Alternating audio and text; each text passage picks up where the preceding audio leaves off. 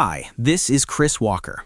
Picture this. It's midnight. You're watching a psychological thriller. The scene is dead silent, or at least it's supposed to be. But instead of hearing the subtle, terrifying creak of a floorboard or the ragged breath of someone standing right behind your couch, all you get is this hollow digital mush. It's frustrating, right? You spent $500, $1,000, maybe $2,000 on a setup that was promised to be cinematic, yet you're still reaching for the remote to turn on subtitles just to understand the plot. Look, I'll be honest with you. The soundbar industry in 2026 is a minefield of virtual surround lies and overpriced plastic boxes that can't even handle basic dialogue. But today, we're fixing that. I've vetted the elite few, 5 specific systems that are so hauntingly clear you'll swear there's a ghost in the room. We're talking pin drop precision. Now, before we expose the first brand on this list, do me a solid. Hit that like button and subscribe. It sounds small, but it's what keeps this channel independent and skeptical, so I can keep protecting your wallet from the marketing traps. Let's go. Look, we need to talk about the surround sound lie that's being sold to you in 2026. If you walk into a big box retailer right now, you're going to see boxes plastered with logos, Dolby Atmos, DTS-X, 360 reality audio. It looks great on paper, but here's the reality. Most of these bars are just glorified TV speakers in a wider plastic housing. They use digital phase shifting to trick your brain into thinking sound is coming from behind you, but it usually just sounds like a tinny, metallic echo. It's not detail, it's distortion. And when you're trying to catch that ghostly whisper in a horror movie, distortion is the enemy. If you want to hear a pin drop or a ghost breathing, you need raw physical displacement. You need drivers that can move air with precision. And that brings us to the absolute unit of the audio world, the Sennheiser AMBEO Max. Now, I call this the tank for a reason. It weighs nearly 40 pounds. It's almost 5 inches tall. You can't just tuck this under a slim OLED. It will literally block your screen. But that bulk isn't for show. Inside this monster are 13 independent high-end drivers. We're talking about 6 4-inch cellulose sandwich woofers that handle the low end so well you don't even need a separate subwoofer. Most soundbars rely on a cheap, boomy sub to hide their weak mid-range. Not the Max. What makes this the ghostly king is its high-frequency fidelity. It uses 5 1-inch aluminum dome tweeters. Aluminum is incredibly stiff, which means it doesn't flex or break up when it's reproducing those tiny micro details, like the sound of fabric rubbing against a chair or a sharp intake of breath. When I ran my standard Haunting of Hill House test, specifically the scene where the ghosts are whispering in the background of the hallway, the AMBEO Max didn't just play the audio, it placed it. I could point my finger at exactly where the breath was coming from in my room, even though there were no physical speakers behind me. But I promised you the trust-first truth, so here's where it gets weird. The AMBEO Max is a 2026 legend, but it's still haunted by its own tech. Even with the latest OS 2 firmware updates, the HDMI eARC handshake is, let's call it temperamental. Sometimes you'll turn on your TV and silence. You have to power cycle the bar or toggle the input to get it to wake up. For over $2,000, that's a hard pill to swallow.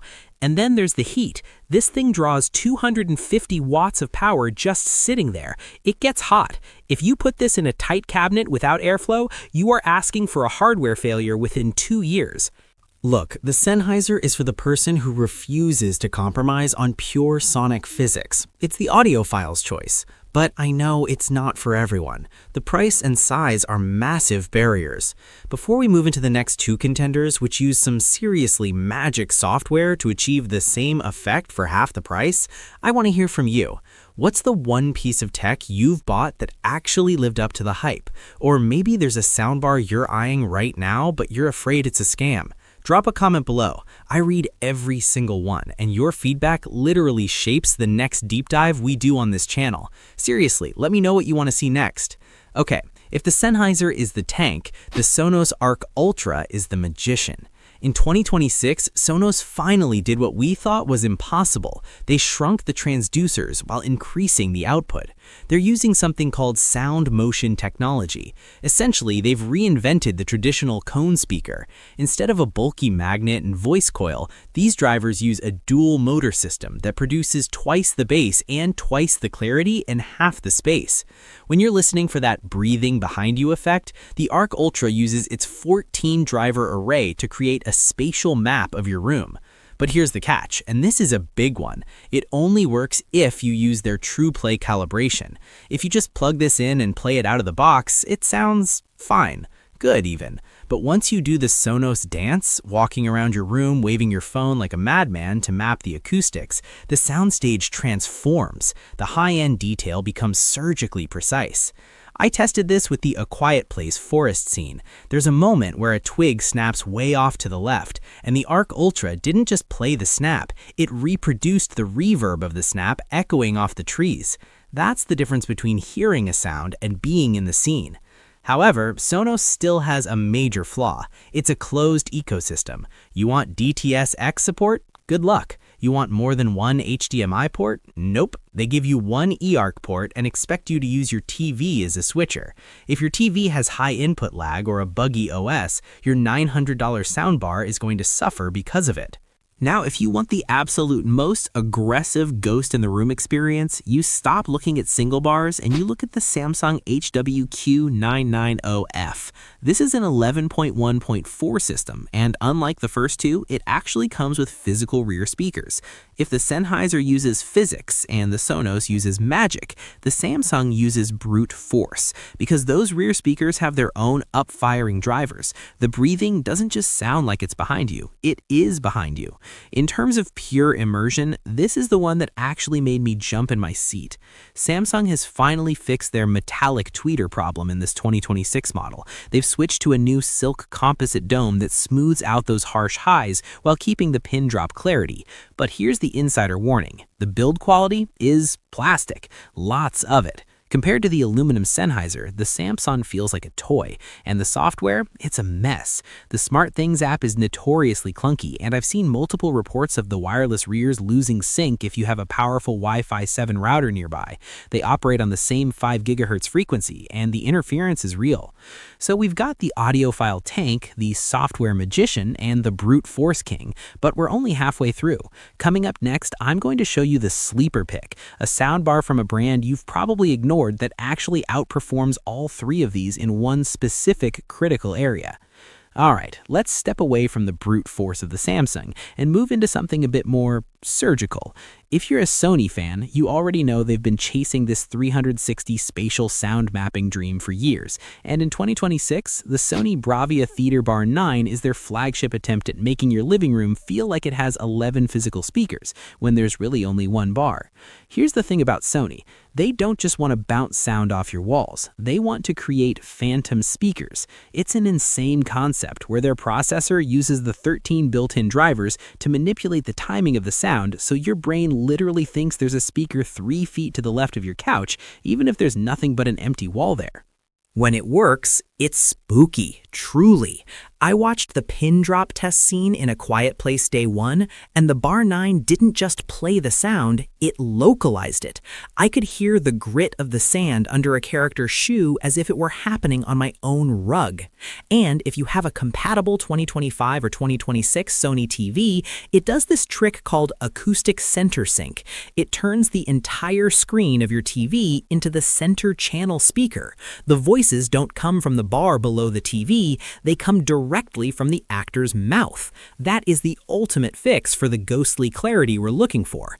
But here's where the Chris Walker reality check kicks in. Sony's marketing makes this look like a 10-second setup. In reality, it's a project. I've seen hundreds of reports, and I experienced it myself, where the Bravia Connect app just refuses to see the soundbar. You'll be sitting there with your phone 5 inches from the bar, and it'll just spin. And if you don't have a Sony TV to act as that center channel, the Bar 9 can actually sound a little thin. It's so focused on creating that massive, airy soundstage that it sometimes loses the meat in the mid-range. You'll hear the breath, you'll hear the ghost, but the actual dialogue might feel like it's being whispered through a piece of silk rather than standing right in front of you. Plus, let's be real, Sony charges you nearly $1,200 and doesn't even give you a proper display on the bar, just a couple of blinking LEDs that you have to decode like Morse code. In 2026, that's just lazy.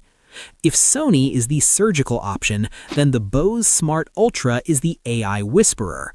Bose has stopped trying to compete on the number of drivers and started competing on brain power. They've introduced AI dialogue mode. Most soundbars have a voice boost button that just cranks the treble until it hurts your ears.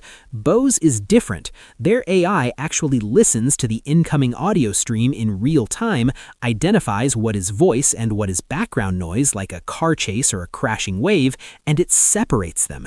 It lifts the dialogue without making the rest of the movie sound like it's playing through a tin can. This is the soundbar for the person who is tired of the remote control dance. You know, turning it up for the whispers and down for the explosions. The adaptic calibration is still the gold standard in the industry. You wear this weird headset and you sit in your favorite 5 spots on the couch and the bar pings the room. It maps your curtains, your leather couch, your hardwood floors. But I'm going to give you a truth bomb that the other reviewers won't mention. The Bose Ultra has a raspy problem. Because it's so focused on clarity, the high-end tweeters can sometimes be a little too sharp. If you're sensitive to S sounds, what we call sibilants, you might find this bar fatiguing after an hour of watching a documentary. It's that pin drop clarity taken to a point where it almost feels unnatural. And the setup? It's not plug and play. If your Wi-Fi isn't rock solid, the Bose app will hang and you'll be stuck in a product activation failed loop that will make you want to throw the bar through the window. Now, I told you I had a sleeper pick. If you've ignored Zvox, you've made a mistake. While the big brands are fighting over spatial audio and Atmos, Zvox has been quietly dominating the I just want to hear the damn words category. Their AccuVoice AV855 is basically a high-end hearing aid in a soundbar cabinet.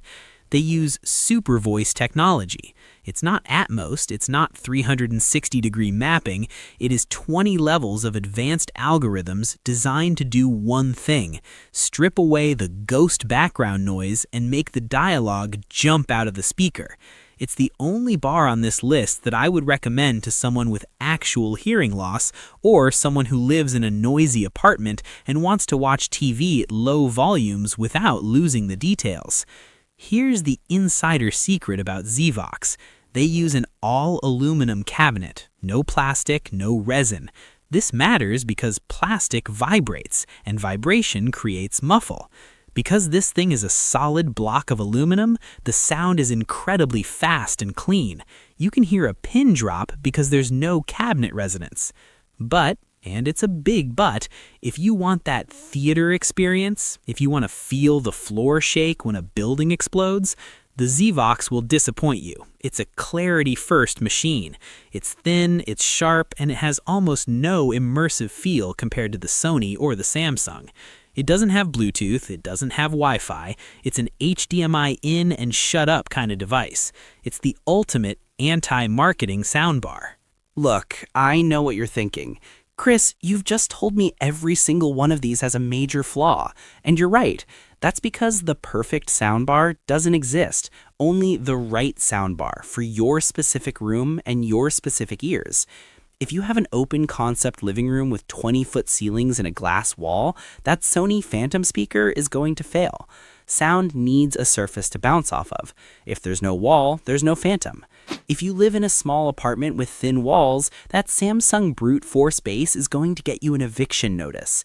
The stuff they don't tell you in the manual is that these bars are all slave to your room's physics.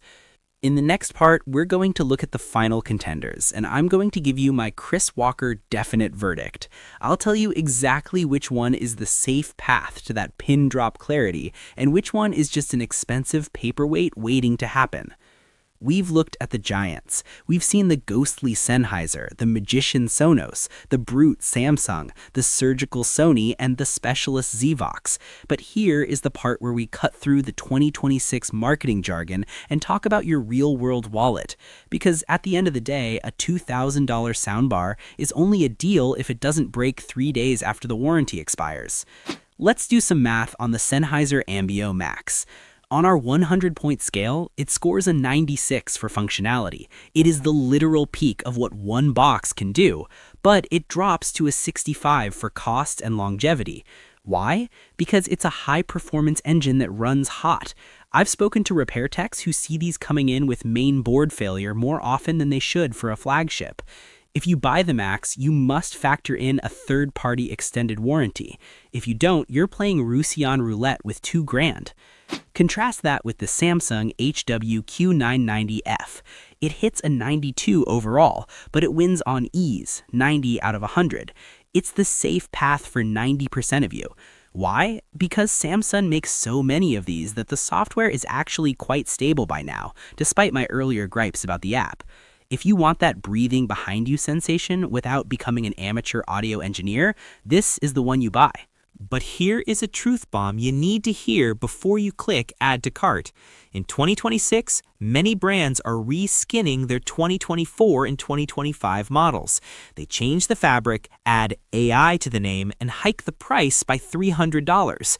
For example, the Samsung Q990F is a beast, but if you can find a new old stock Q990D from 2024, buy it. You're getting 95% of the same pin drop performance for half the price. Don't let the 2026 edition sticker trick you into overpaying for a slightly different shade of gray plastic. So, Chris, what's the verdict? Who wins the ghost test? If money's no object and you want to hear the literal moisture on an actor's tongue during a whisper, you buy the Sennheiser AMBEO Max. It's the only bar that moves enough air to feel physical. If you have a modern Sony TV and you want the most seamless experience where the voices come out of the characters' mouths, the Sony Theater Bar 9 is your winner, but only if you stay in the Sony ecosystem. But for the best overall for the average person, the crown goes to the Sonos Arc Ultra. It balances that ghostly clarity with a software experience that, once set up, just works. It's the most human sound of the bunch. And finally, the best value? It's the Zvox AccuVoice AV555. It's not a theater, it's not a concert hall, it's a dialogue machine. If you're tired of saying "what" to your spouse every 5 minutes, save your money and buy the Zvox. It's the most honest product on this list. Look, don't get trapped by the Atmos hype. Atmos is great for helicopters and rain, but pin drop clarity is about the mid-range and the high-end tweeters. Before you buy, check the return policy. Audio is subjective. What sounds like a ghost to me might sound like static to you depending on your room's acoustics. I vetted the safest, most reliable links for all 5 of these models and put them in the description below. These are the safe paths I mentioned, vetted sources that won't send you a refurbished unit disguised as new. Using those links supports this channel and keeps us brand skeptical. I'm Chris Walker. Stop settling for muffled audio. Go hear what you've been missing. I'll see you in the next deep dive.